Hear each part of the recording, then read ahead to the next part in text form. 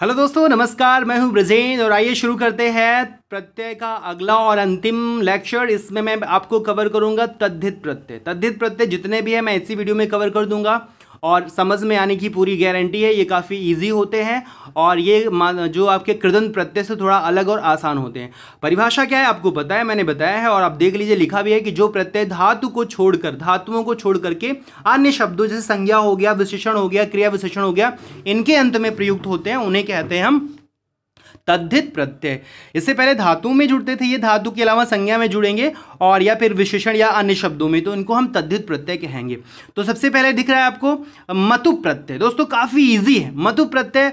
इसके प्रयोग के बाद शब्दों में पुल्लिंग में जो है मान या वान रहता है और स्त्रीलिंग में मति या वति रहता है और नपुंसक लिंग में मत या वत रहता है। तो मतुप का मत आप देख पा रहे हैं यहाँ पे, मत या वत यहाँ मिलेगा आपको नपुंसक लिंग में। तो काफी इजी है। तो देखिए, रूप शब्द संज्ञा है, रूप में मतुप तो रूपवान, रूपवती, रूपवत हो गया। बुद्धि में बुद्धिमान, बुद्धिमती, बुद्धवत। ऐसे श्रीमान में श्रीमान, श्रीमती, श्रीमत, मतुप ये रसवान, रसवती, रसवत। और यश में यशवान, यशवती, यशवत। ऐसे होते हैं जो बहुत ही आसान है भैया आपसे। लेकिन पूछ लेगा कि श्रीमान में कौन सा प्रत्यय है, तो भैया श्रीमान में कौन सा प्रत्यय है? मतुब प्रत्यय है। मत शब्द रहता है, मान, वान, यहाँ पे वान आया है, मान या वान, वती या मति और वत या मत होगा। ये बहुत आसानी से याद कर सकते हैं।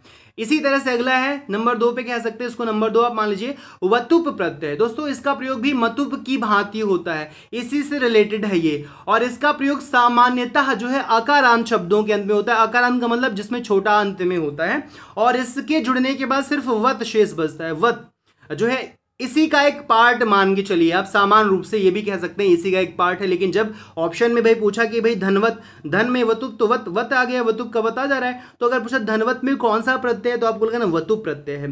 गुणवत, बलवत हो गया आपका, गुणवत हो गया, तो इसी का एक पार्ट है। लेकिन जब अलग से पूछेगा तो हम वतुप ही लगाएंगे अगर धनवत, बलवत, गुणवत अगर इस तरह का क्वेश्चन आता है, जबकि यहां पर भी वत आपको मिल रहा होगा। तो इसी से रिलेटेड है जो काफी इजी है। और इसका तो वतुप का वत यहां दिख भी रहा है, तो काफी आसानी से इसको तैयार कर सकते हैं आप। और तीसरे नंबर पे है तरप प्रत्यय। इसका नाम है तरप। तरप प्रत्यय है, इसमें हलंत लगा हुआ है जो दिख नहीं रहा है। ये काफी इजी है। इसका प्रयोग विशेषण के अंत में उसे उत्तरावस्था में बदलने के लिए होता है। विशेषण की 3 अवस्थाएं होती है, मूलावस्था, उत्तरावस्था, उत्तमावस्था। इंग्लिश में जिसको कहते हैं positive degree, comparative degree, superlative degree. तो वही यहाँ पे है, उत्तरावस्था का मतलब कॉम्परेटिव डिग्री है दोस्तों। और तरप का तर बच जाएगा, जो काफी जी तरप का तर बच जाएगा। जैसे यहाँ पे उच्च धन तरप, उच्चतर, शीर्ष धन तरप, शीर्षतर, सुंदर धन तरप, सुंदरतर। तो काफी इजी, ये आप तरफ को ऐसे भी देख पाएंगे जो पहचान जाएंगे, सामान्य सा है। इसी तरह से पांचवा तम प्रत्यय। इसका प्रयोग भी विशेषण के अंत में होता है और ये उत्तमावस्था के लिए होता है। जी हाँ बिल्कुल। और क्या बचेगा? तम बच जाएगा, तम शेष बचेगा भाई। उच्च धन तम, उत्तम हो जाएगा, उच्चतम, श्रेष्ठतम, तीव्रतम। तो इजी है, तमप का तम बच जाएगा, तरप का तर, जो कि काफी आसान है। ऐसे ही 5वें नंबर पे मयट प्रत्यय। इसका प्रयोग संज्ञा के अंत में उसे विशेषण बनाने के लिए होता है और जुड़ने के बाद मय शेष बचता है, मया, तो मैट का मय आ जाएगा। सुख धन मैट, सुखमय। आम्र धन मैट, आम्रमय। स्वर्ण धन मैट, स्वर्णमय। आनंद धन मैट, आनंदमय। तो मैट का मय शेष बचेगा, जो काफी इजी है, आसानी से तैयार हो जाएगा। तो सिंपल सा है, अगर आपने देखा है, पढ़ा है तो इजीली कर पाएंगे। आइए अगले प्रत्यय की ओर चलते हैं। अगला प्रत्यय तल प्रत्यय है। तल प्रत्यय, इस प्रत्यय का प्रयोग सामान्यतः विशेषण से भाववाचक संज्ञा बनाने के लिए होती है। ये देखिए, सब लघु, मूर्ख, ये सब क्या विशेषण है समान रूप से। और इनके तल प्रत्यय के जोड़ने के बाद ता शेष बचता है। तल का ता, तल का ता, तलता। जैसे है लघु में तल तो लघुता, मूर्ख में तल तो मूर्खता, मित्र में तल तो मित्रता, पवित्र में तल तो पवित्रता, पशु में तल तो पशुता। तो पशुता, मित्रता, पवित्रता, जो कि भाववाचक संज्ञा सामान्य सब जान रहे हैं। और ये विशेषण भी है और कुछ इसमें भाववाचक संज्ञाएं जो आपको दिख रही है, मूर्खता, ये सब ता प्रत्यय से बनने वाले शब्द सामान्यतः ये भाववाचक संज्ञा ही होती हैं। और ये किस प्रत्यय का? तल प्रत्यय का ता बचता है, यही आपको याद रखना है। अगले तो काफी इजी है, ये टाप प्रत्यय बहुत पूछा जाता है। इसका प्रयोग अकारांत पुल्लिंग शब्द, अकारांत का मतलब जिसके अंत में आ होता है, अकारांत पुल्लिंग शब्द के अंत में उन्हें आकारांत स्त्रीलिंग शब्द बनाने के लिए किया जाता है। देखिए जैसे बाल शब्द है, बाल में यहाँ पे देखिए आकारांत है और टॉप लग गया तो बन गया बाला।